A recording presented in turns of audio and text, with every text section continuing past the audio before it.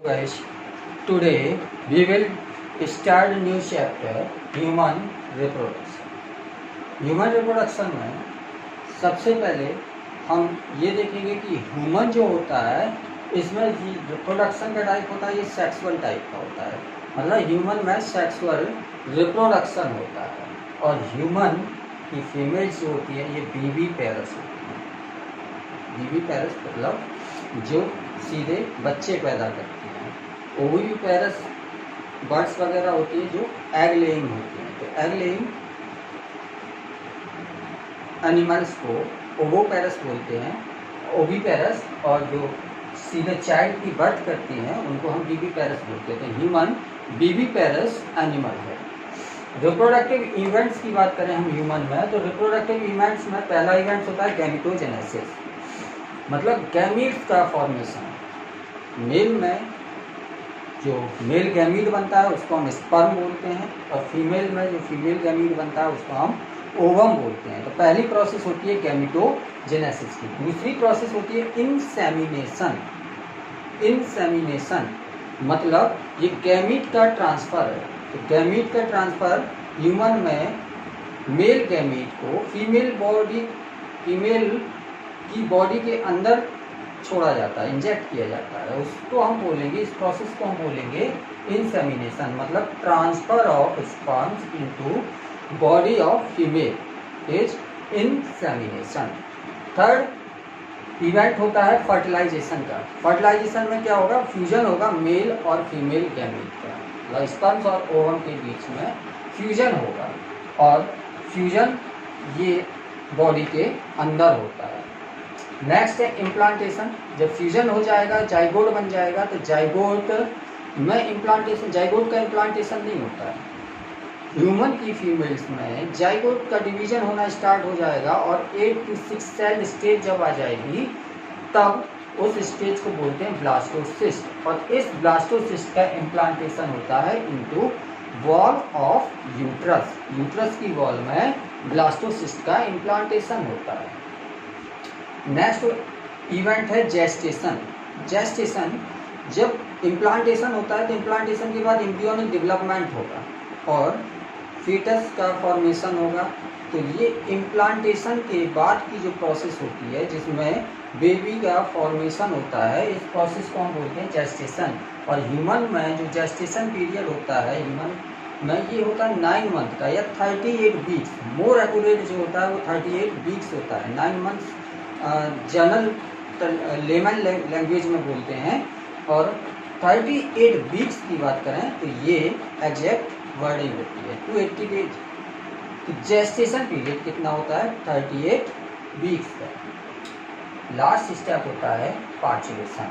Parturition होता है baby का बर्थ करना, फीमेल की बॉडी से बेबी का बाहर आना, इसको हम बोलते हैं पार्चुरेशन, मतलब चाइल्ड बर्थ को हम बोलते हैं पार्चुरेशन।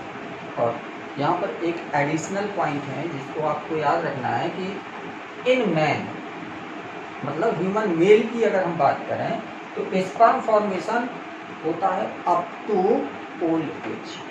ओल्ड एज तक स्पर्म का फॉर्मेशन होता है, लेकिन फीमेल्स में जो फीमेल गैमीट बन रहा है, मतलब ओवम बन रहा है, ये लगभग 50 ईयर्स की एज में बंद हो जाता है। 50 ईयर्स की एज के आसपास ह्यूमन ओवम का फॉर्मेशन, ह्यूमन फीमेल ओवम का फॉर्मेशन बंद कर देती है। Now comes on the male reproductive system.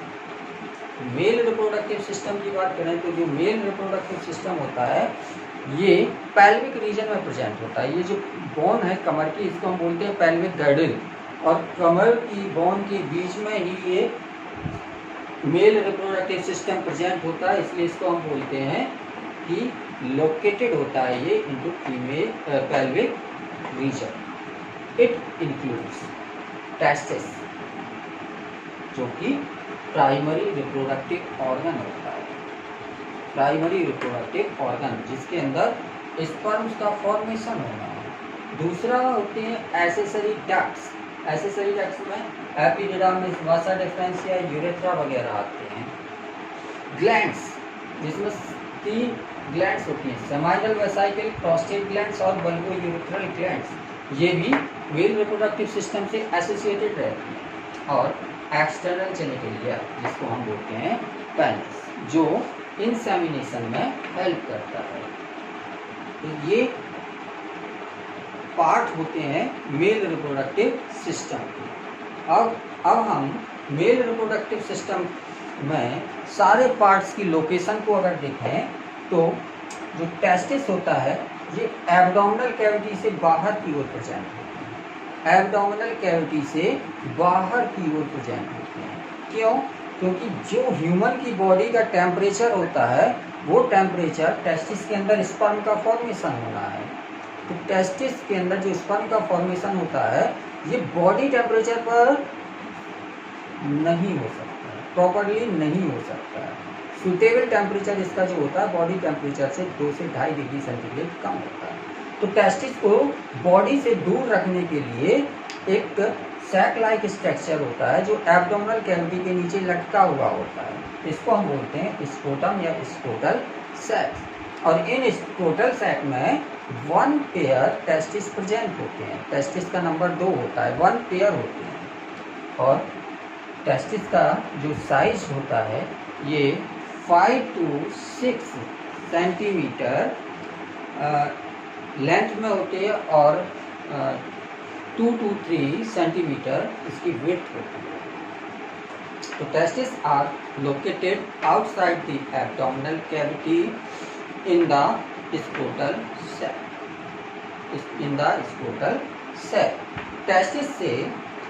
Testis के चारों ओर ये स्ट्रक्चर जो है ये कहलाता है एपिडिडामिस, और इससे निकला हुआ ये जो स्ट्रक्चर है ये स्ट्रक्चर होता है एपिडिडामिस। और इस एपिडिडामिस के नीचे से एक डक्ट निकलती है, इस डक्ट को हम बोलते हैं वास डिफरेंस, वास डिफरेंस। और ये वास डिफरेंस जो होता है ये स्क्रोटल सैक से ऊपर की ओर आती है। यहाँ पर एक इंग्वाइनल मेम्ब्रेन होती है एब्डोमिनल कैविटी और स्क्रोटल सैक के बीच में, और ये इंग्वाइनल मेम्ब्रेन इसलिए प्रेजेंट होती है कि एब्डोमिनल कैविटी में इंटेस्टाइन भरी हुई है, ये इंटेस्टाइन स्क्रोटल सैक में ना जाए और टेस्टिस को ना दबा सके। तो इस इंग्वाइनल मेम्ब्रेन को परफोरेट करके ये एब्डोमिनल कैविटी में जाता है, और एब्डोमिनल कैविटी में जाने के बाद ये यूरेटर है। यूरेटर एक्सक्रीटरी सिस्टम का पार्ट है। यूरेटर ओपन करते हैं into urinary bladder, urinary bladder, और ये यूरिनरी ब्लैडर भी एक्सक्रीटरी सिस्टम का पार्ट है। यूरिनरी ब्लैडर ओपन करता है इनटू यूरेथ्रा, यूरेथ्रा। आपने अभी एक्सक्रीटरी सिस्टम नहीं पढ़ा, एक्सक्रीटरी सिस्टम का रफ आइडिया ले लेते हैं हम। एक्सक्रीटरी सिस्टम में 2 किडनी होती हैं, और इन किडनी से दोनों से यूरेटर निकलते हैं, और ये यूरेटर यूरिनरी ब्लैडर में ओपन करते हैं, और यूरिनरी ब्लैडर से एक ट्यूब निकलती है जिसको हम यूरेथ्रा बोलते हैं। और किडनी में जो एक्सक्रीटरी मटेरियल बनता है ये यूरेटर से होती है, यूरिनरी ब्लैडर में स्टोर होते हैं और बाद में यूरेथ्रा के थ्रू बाहर निकाल दिए जाते हैं। तो ये वही स्ट्रक्चर है, ये यूरेटर है, ये यूरिनरी ब्लैडर है, और ये यूरेथ्रा है जो बाहर की ओर पेनिस में ओपन करते हैं। तो जो ये वास डिफरेंसिया ऊपर की ओर गई है एब्डोमिनल कैविटी में, ये क्या करती है, एक टर्न लेती है यूरेटर यूरेथ्रा के ऊपर, सॉरी यूरिनरी ब्लैडर के ऊपर से और यूरेथ्रा के अराउंड इस तरह से टर्न लेते हुए वापस आती है, और वापस आने के बाद ये ओपन करती है इनटू यूरेथ्रा, यूरेथ्रा में खुलती है। लेकिन यूरेथ्रा में खुलने के पहले इसमें एक ग्लैंड ओपन करती है, और ये ग्लैंड कहलाती है सेमाइनल वेसाइकल, सेमाइनल वेसाइकल। इसी तरह से दूसरी टेस्टिस से भी एक वास डिफरेंस निकलेगी, उसमें भी एक सेमाइनल वेसाइकल खुलेगी, और वो भी यूरेथ्रा में ओपन कर जाएगी। तो सेमाइनल वेसाइकल एक ग्लैंड होती है जो एसेसरी ग्लैंड्स है। तो मेल रिप्रोडक्टिव सिस्टम से जुड़ी हुई होती है। और जहाँ पर यूरेथ्रा और वैस डिफरेंस जुड़ती है, दोनों के ज्वाइंट के पास में एक ट्रायंगुलर ग्लैंड होती है, बिल्कुल सिंघाड़े की तरह ट्रायंगुलर होती है, और ये कवर किए रहती है। ये यूरेथ्रा है और यहाँ से सेमाइनल वेसाइकल की डक्ट आती है, उसके चारों ओर इस तरह से यूरेथ्रा को कवर किए रहती है। तो ये डक्ट कहलाती है प्रोस्टेट ग्लैंड। ये जो ग्लैंड है ट्रायंगुलर ग्लैंड, इसको हम बोलते हैं प्रोस्टेट ग्लैंड। Prostate gland. और प्रोस्टेट ग्लैंड से जैसे ही ये डक्ट बाहर निकलेगी, अब इसमें क्या हो गया, यहाँ से यूरिन आ रहा है और यहाँ से क्या आ रहा है, स्पर्म्स वगैरह आएंगे। तो अब आगे चल के इसको हम बोलेंगे urinogenital duct. Urinogenital duct. Common language में हम इसको यूरेथ्रा बोल सकते हैं, लेकिन अगर साइंटिफिक टर्म में देखें तो ये क्या है, यूरिन भी आ रहा है इसमें और जेनाइटल जो लिक्विड है वो भी आ रहा है, इसलिए इसको हम यूरिनोजेनाइटल डक्ट भी बोल देते हैं। यूरिनोजेनाइटल डक्ट भी बोल देते हैं। और ये यूरिनोजेनाइटल डक्ट पेनिस के थ्रू बाहर की ओर ओपन कर जाती है। तो ये लोकेशन है सारे ऑर्गन्स की। इसमें एक ग्लैंड बची है बल्बो यूरेथ्रल ग्लैंड। तो bulbo urethral gland prostate gland के थोड़ी आगे चलकर दो ग्लैंड्स होती हैं जो यूरेथ्रा में ओपन करती हैं, इनको हम बोलते हैं bulbo urethral glands. Bulbo urethral glands. तो आपने सारे स्ट्रक्चर्स के लोकेशन देखी है। इसमें एक्सटर्नल जेनिटेलिया होता है पेनिस, जो बॉडी के बाहर का जेनाइटल ऑर्गन है, जो इंसेमिनेशन में हेल्प करता है। तो लोकेशन है ये सारे ऑर्गन्स की जो ह्यूमन मेल रिप्रोडक्टिव सिस्टम। अब यहाँ पर एक एक ऑर्गन को हम थोड़ा सा डिस्क्राइब करते हैं, और जिसमें सबसे ज़्यादा जरूरी है डिस्क्रिप्शन टेस्टिस का। ये टेस्टिस है, इसको हमने क्रॉस सेक्शन में काटा है।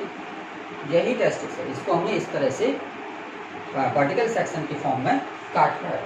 और इसका वर्टिकल सेक्शन जब हम देखते हैं तो देखते हैं कि इसके चारों ओर बाहर की ओर एक कवरिंग होती है, हार्ड कवरिंग होती है। इस हार्ड कवरिंग को हम बोलते हैं कैप्सूल। तो कैप्सूल क्या है, टेस्टिस के बाहर की हार्ड कवरिंग होती है। और इस हार्ड कवरिंग के अंदर जो टेस्टिस होता है, इस टेस्टिस में 200 से 250 लॉक्यूल्स प्रेजेंट होते हैं। ये अगर हम देखें तो इसमें इस तरह के छोटे छोटे से ये एक चैम्बर है, ये दूसरा चैम्बर है, ये तीसरा चैम्बर है। इस तरह के लगभग 200 से 250 चैम्बर होते हैं। इन्हीं चैम्बर को हम बोलते हैं टेस्टिकुलर लोब्यूल्स।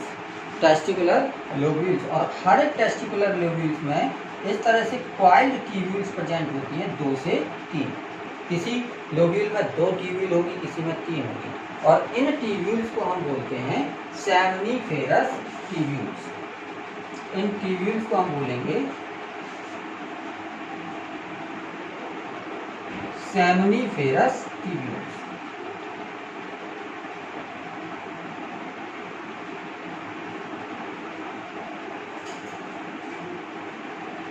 Seminiferous tubules. इन सेमनीफेरस ट्यूब्यूल्स में स्पर्म्स का फॉर्मेशन होता है। और ये सेमनीफेरस ट्यूब्यूल्स लोब्यूल से निकलकर बाहर आती हैं, और सारी ट्यूब्यूल्स आपस में 250 चैम्बर हैं लगभग, और हर एक चैम्बर में 2 से 3 सेमनीफेरस ट्यूब्यूल्स हैं। और हर एक ट्यूब्यूल्स जब बाहर निकलेंगी लोब्यूल से तो एक नेटवर्क लाइक स्ट्रक्चर बना लेंगे। ये इतना स्ट्रक्चर ये नेट लाइक है, बहुत ज़्यादा उलझा हुआ है। ये नेट लाइक स्ट्रक्चर जो ये बनाया इसने, इसको हम बोलते हैं रीटी टेस्टिस। Rete testis. और ये रीटी टेस्टिस बाद में 8 से 10 ट्यूब्यूल्स के थ्रू टेस्टिस से बाहर निकल आते हैं। 8 से 10 ये ट्यूब्यूल्स जो बन रही हैं, इन ट्यूब्यूल्स को हम बोलेंगे वैस एफरेंसिया। वैसा एफरेंसिया।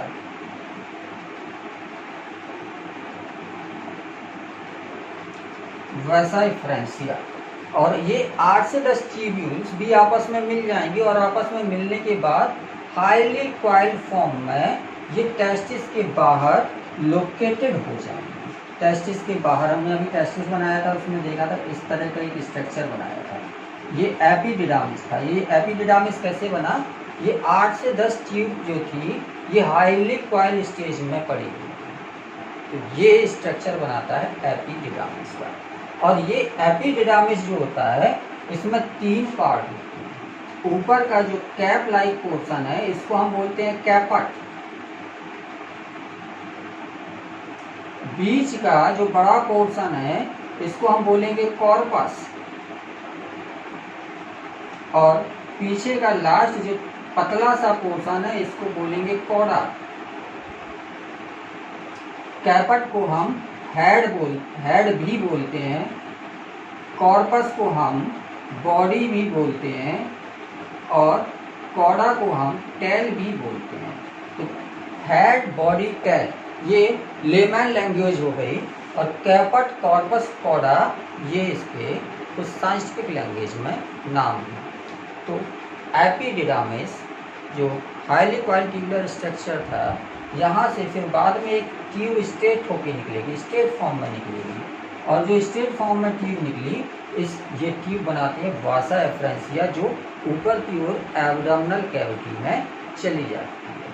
तो this is the structure of, या इंटरनल स्ट्रक्चर बोल रहे हैं, इंटरनल स्ट्रक्चर ऑफ ये टेस्टिस। और इसमें हम थोड़ा सा और समझें तो अगर सेमनीफेरस ट्यूब्यूल्स की बात करें, जो यहाँ पर सेमनीफेरस ट्यूब्यूल्स है, इसमें हम एक सैक के अंदर की जो सेमनीफेरस ट्यूब्यूल है इनका क्रॉस सेक्शन फर्दर देख रहे हैं। क्रॉस सेक्शन देखेंगे तो हमें इसमें इस तरह की सेमनीफेरस ट्यूब्यूल्स दिखाई देंगी। मान लीजिए इसमें ये 3 सेमनीफेरस ट्यूब्यूल्स हैं। इन सेमनीफेरस ट्यूब्यूल्स में जो वॉल होती है ये क्यूबॉइडल जर्मिनल एपिथेलियम की बनी होती है।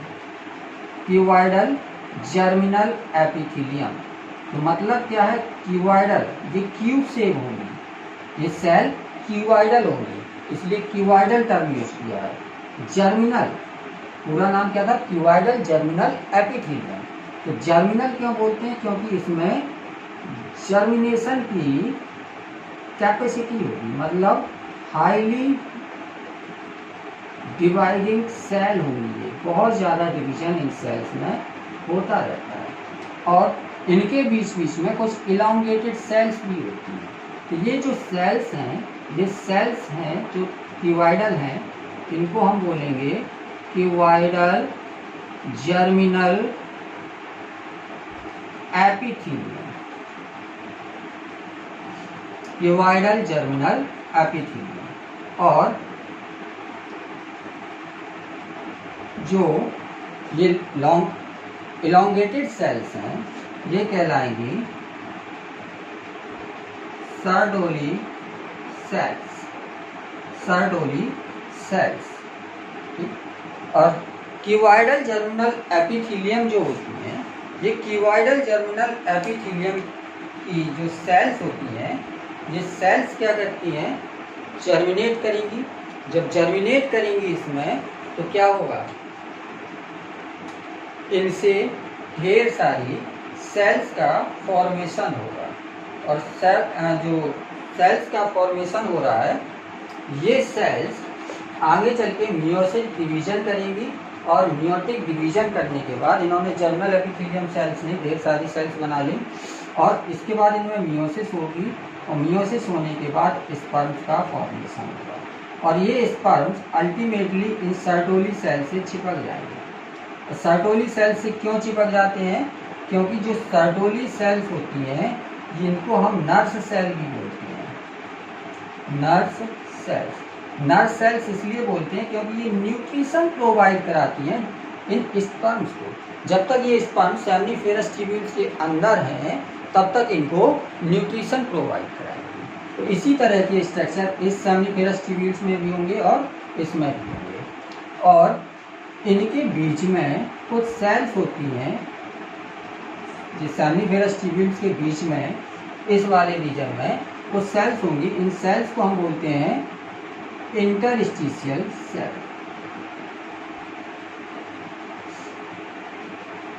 Interstitial cells. और इन इंटरस्टिशियल सेल्स के बीच में कुछ सेल्स ऐसी होती हैं जो हाईली मॉडिफाइड हो जाती हैं इनटू लैडिक्स सेल्स। लैडिक्स सेल्स। और ये लैडिक्स सेल्स इंडोक्राइन इन नेचर होती हैं, मतलब हार्मोन का सिक्रीशन करती हैं। और इनसे जो निकलने वाला हार्मोन है वो हार्मोन होता है एंड्रोजन। एंड्रोजन। और इसका मेन हार्मोन होता है टेस्टोस्टेरोन। एंड्रोजन लैडिक्स सेल से जितने भी हार्मोन निकले सबको मिला के हमने बोल दिया एंड्रोजन। और उसमें जो मेन हार्मोन होता है, जो सबसे ज़्यादा हार्मोन बनता है, वो होता है टेस्टोस्टेरोन। तो दोनों नाम याद रखने हैं, एंड्रोजन और टेस्टोस्टेरोन। ये एंड्रोजन और टेस्टोस्टेरोन होते हैं जो ये सेकेंडरी सेक्सुअल कैरेक्टर्स को डेवलप कराने में हेल्प करते हैं। सेकेंडरी सेक्सुअल कैरेक्टर्स को डेवलप कराने में हेल्प करते हैं। तो यहाँ पर दो तरह की सेल्स हैं, एक है लैडिक्स सेल्स और दूसरी है सर्टोली सेल्स। तो लैडिक्स सेल्स का काम क्या होता है, ये हार्मोन्स का सिक्रीशन करती हैं। और जो सर्टोली सेल्स होती हैं इनका काम क्या होता है, ये न्यूट्रिशन प्रोवाइड कराती है। अब लास्ट ऑर्गन बचता है इसमें एक्सटर्नल जेनिटेलिया।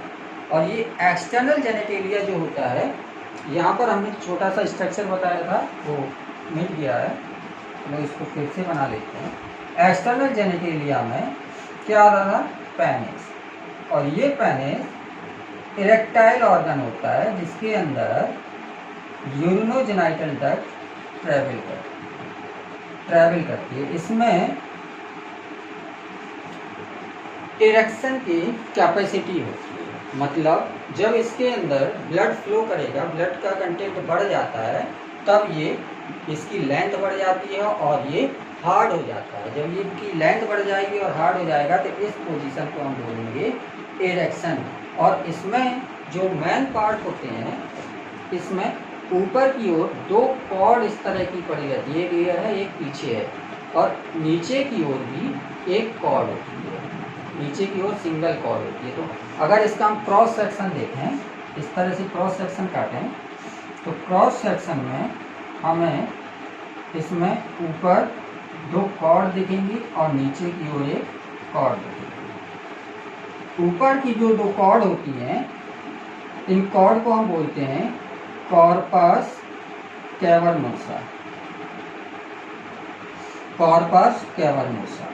और नीचे की जो एक कॉर्ड होती है सिंगल कॉर्ड, इसको हम बोलते हैं कॉर्पस स्पंजियोसा। कॉर्पस स्पंजियोसा। और जो यूरेथ्रल डक्ट होती है, ये यूरिनोजेनाइटल डक्ट या यूरेथ्रा, ये कॉर्पस स्पंजियोसा में होती है। और ये स्पंजी टिश्यू होते हैं सब, इसलिए इसके अंदर ब्लड 10 गुना ज़्यादा तक स्टोर हो सकता है। तो जितना ब्लड इसके अंदर, जब इसके अंदर 10 गुना ज़्यादा ब्लड स्टोर होता है, तब ये हार्ड और इसकी लेंथ बढ़ जाती है। इस पोजीशन को हम बोलेंगे इरेक्टाइल कंडीशन। और इसका जो टिप होता है, इस टिप पर, ये टिप जो होता है ये हाईली सेंसिटिव होता है, और इस टिप को हम बोलते हैं ग्लांस पेनिस। ग्लांस पेनिस ये हाईली सेंसिटिव स्ट्रक्चर होता है, हाईली सेंसिटिव स्ट्रक्चर होता है। और इसके ऊपर एक स्किन की कवरिंग होती है, और ये स्किन जो होती है रेक्टाइल होती है, मतलब इसको आगे भी किया जा सकता है और पीछे की ओर भी खींचा जा सकता है। इस स्किन को हम बोलते हैं फोर स्किन। फोर स्किन या प्रीप्यूस। फोर स्किन या प्रीप्यूस बोलते हैं इसको। This is all about male reproductive system. Male reproductive system के बारे में सब कुछ हो गया। नेक्स्ट टर्न पर बताएंगे।